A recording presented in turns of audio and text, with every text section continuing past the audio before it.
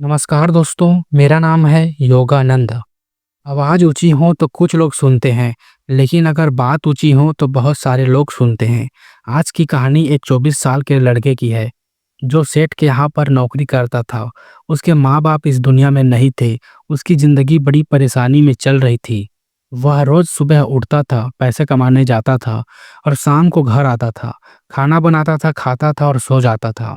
एक दिन उसने देखा कि उसने 4 रोटी और सब्जी बनाई है। हाथ मुंह धो करके जब वह वापस आया, तब वह देखा कि 3 रोटी बची है।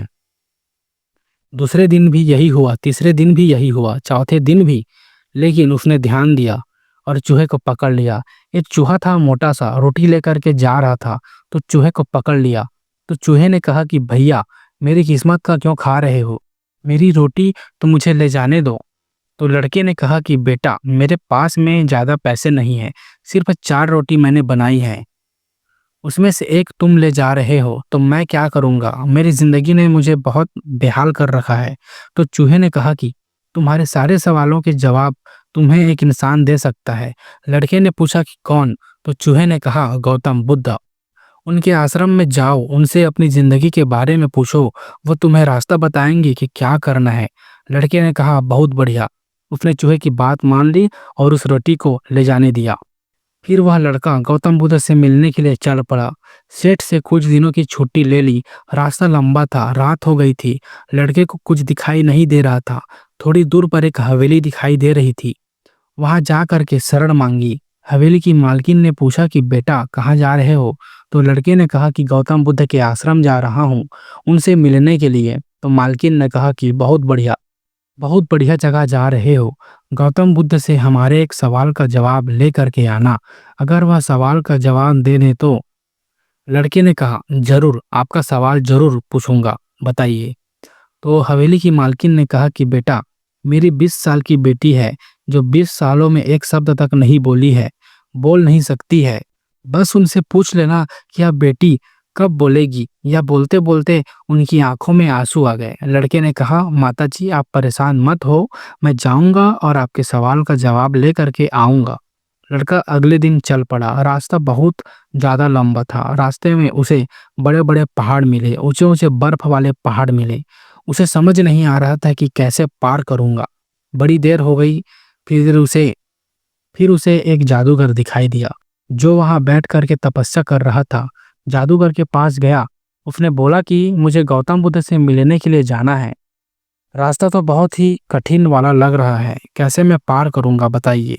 तो जादूगर ने कहा कि गौतम बुद्ध से मिलने जा रहे हो, मेरे एक सवाल का जवाब लेकर के आ जाना, तुम्हें पहाड़ तुरंत पार करा दूंगा। लड़के ने कहा आपका सवाल बताओ। तो जादूगर ने कहा मुझे 1000 साल हो गए यहाँ, मैं तपस्या कर रहा हूँ स्वर्ग जाने के लिए। मुझे समझ नहीं आ रहा है कि स्वर्ग कब जाऊंगा। तो लड़के ने कहा कि ठीक है, आपके सवाल का जवाब लेकर के आऊंगा। जादूगर ने छड़ी घुमाई और लड़के को पहाड़ पार करा दिया। मैदानी इलाका आ गया। वहां पर एक बड़ी सी नदी थी। लड़के के सामने फिर से समस्या थी कि अब यह नदी कैसे पार करें। तभी उसे वहां पर एक बड़ा सा कछुआ दिखाई दिया। कछुए से मदद मांगी कि आपकी पीठ पर बैठा करके मुझे नदी पार करा दीजिए। कछुए ने कहा ठीक है। जब नदी पार कर रहे थे तो कछुए ने पूछा कि कहाँ जा रहे हो? तो लड़के ने कहा गौतम बुद्ध से मिलने जा रहा हूँ। कछुए ने कहा कि वाह यार, बड़ी अच्छी जगह जा रहे हो। एक काम करना, मेरे सवाल का जवाब ले आना। तो लड़के ने कहा कि आपका भी सवाल बताइए। कछुए ने अपना सवाल बताया कि मैं बहुत समय से, लगभग 500 सालों से इसी नदी में हूँ और ड्रैगन बनने की कोशिश कर रहा हूँ। ड्रैगन कब बनूंगा यह बस पूछ करके आ जाना। लड़के ने कहा ठीक है। लड़का पहुंचा आश्रम। वहां गौतम बुद्ध का प्रवचन चल रहा था। प्रवचन खत्म हुआ। गौतम बुद्ध ने कहा कि हर कोई मुझसे सवाल पूछ सकता है, लेकिन सिर्फ 3 सवालों के जवाब दिए जाएंगे। अब लड़के के सामने समस्या थी कि किसके सवाल को ड्रॉप करें, किसका सवाल छोड़ें और किसका सवाल पूछें। लड़के ने सोचना शुरू किया कि सबसे पहले हवेली की मालकिन नजर में आई। तो उसे लगा कि वह तो अपनी बेटी का इलाज कराना चाह रही है। उनकी बेटी बोल नहीं रही है, उनकी आंखों में आंसू थे, उनका सवाल पूछना जरूरी है। दूसरी तस्वीर उनके दिमाग में नजर आई, वो आई जादूगर की। जादूगर 1000 साल से वहां पर तपस्या कर रहा था, बर्फ के पहाड़ में। फिर तीसरी तस्वीर नजर में आई, कछुए की, जो 500 साल से नदी में ड्रैगन बनना चाह रहा है। फिर लड़के को अपनी तस्वीर नजर आई जो सेठ के यहाँ पर नौकरी कर रहा है।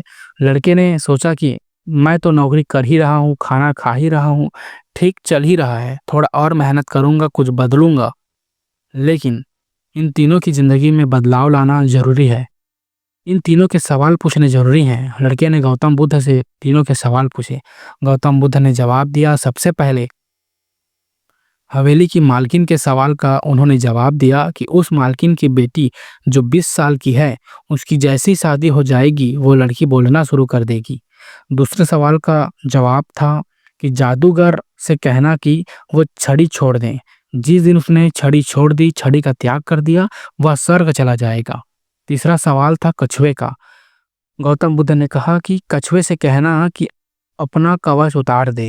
जिस दिन उसने कवच उतार दिया, उस दिन वो ड्रैगन बन जाएगा। लड़के ने नमस्कार किया, प्रणाम किया और चल पड़ा।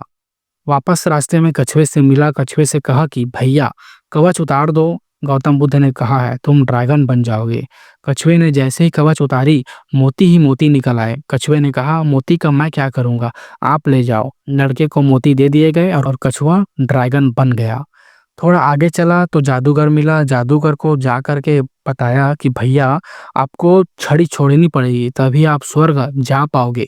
जादूगर ने कहा लो छड़ी छोड़ दी, ये छड़ी तुम रख लो, मैं स्वर्ग चला जाऊंगा। जादूगर स्वर्ग चला गया और फिर आखिरी में पहुंचा उस हवेली में जहां मालकिन थी।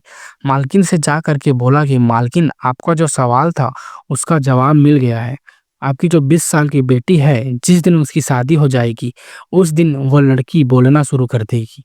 उन्होंने कहा क्या बात है, तो देर कैसी, मेरे सामने तो दूल्हा बैठा है, तुमसे बढ़िया लड़का कौन हो सकता है। लड़की को बुलाया गया। लड़के ने लड़की को देखा, लड़की ने लड़के को देखा। शादी करा दी गई और जैसी शादी हुई, लड़की ने पहली बात बोली कि आप तो वही हो ना जो हमारे घर आए थे उस रात को। लड़की ने बोलना शुरू कर दिया। लड़के के पास में जिंदगी में पैसा आ गया क्योंकि उसके पास मोती आ गए, जादूगर की छड़ी आ गई, ताकत आ गई और शादी भी हो गई। लड़के की जिंदगी सेटल हो गई सिर्फ इसलिए क्योंकि उसने अपने सवाल का त्याग कर दिया, अपनी अच्छाई दिखाई। इस दुनिया में जो जहाज होता है जब किनारे पर होता है तो बहुत सुरक्षित होता है, लेकिन उसे दूसरे किनारे पर जाने के लिए इस किनारे का त्याग करना पड़ता है, लहरों से भिड़ना पड़ता है, समुद्र से मुकाबला करना पड़ता है। इस लड़के ने जब तक अपना सवाल नहीं छोड़ा, इसको जवाब नहीं मिले थे। ये छोटी सी कहानी लाइफ में बहुत बड़ा बात सिखाती है। अगर आप कुछ कमाल करना चाहते हो तो त्याग कीजिए उन बुरी आदतों का, उन आलस्यों का, उन सभी चीज़ों का जो आपको रोकती हैं। सुबह जल्दी उठना शुरू कीजिए। अपनी लाइफ में जो बैड हैबिट्स हैं उन्हें हटाइए, तभी जा करके आप कमाल कर पाएंगे। तो दोस्तों, रोज ऐसी ही कहानी सुनने के लिए हमारे चैनल को सब्सक्राइब कीजिए। मुझे विश्वास है कि आप चैनल को सब्सक्राइब करेंगे।